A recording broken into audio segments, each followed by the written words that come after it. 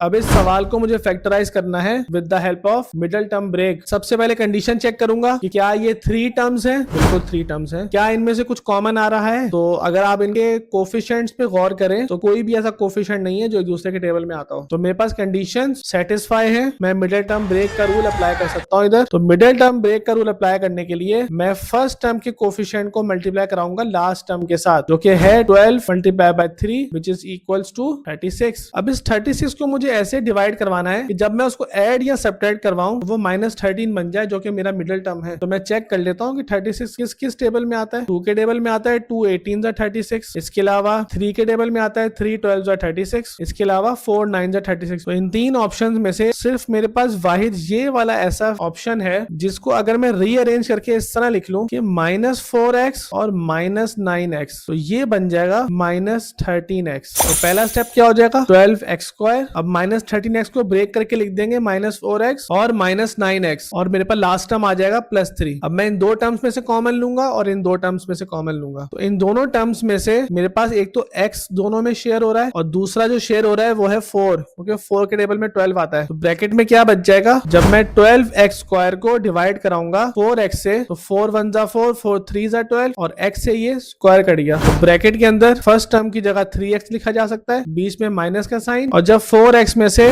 4x को common लिया जाए तो डिवीजन के बाद 1 बचता है, तो यहाँ पर 1 लिखा जा सकता है। इन दोनों टर्म्स में से -3 को कॉमन लिया जा सकता है, क्योंकि 9 भी 3 के टेबल में आता है। तो जब 9x में से 3 कॉमन ले लेंगे तो क्या बचेगा, 3 1 जा 3, 3 3 जा 9, 3x बच जाएगा ब्रैकेट के अंदर। तो ब्रैकेट के अंदर फर्स्ट टर्म की जगह 3x लिखा जा सकता है। अब चूंकि हमने माइनस साइन को कॉमन लिया है तो ये जो बीच का पॉजिटिव साइन है ये चेंज हो जाएगा नेगेटिव साइन में। इसके बाद सेकंड टर्म, अब जब 3 में से 3 को कॉमन ले लिया जाएगा तो आंसर 1 आएगा। तो इस 1 को हम अंदर लिख सकते हैं सेकंड टर्म की जगह पे। तो आप ये देख सकते हैं कि ब्रैकेट के अंदर मौजूद जो फैक्टर्स हैं वो सेम है। तो लास्ट स्टेप में मैं पहले ब्रैकेट वाले फैक्टर्स को लिखूंगा और बाद में जो ब्रैकेट के बाहर मौजूद फैक्टर्स हैं उनको लिख लूंगा। ये मेरा आंसर बन जाएगा।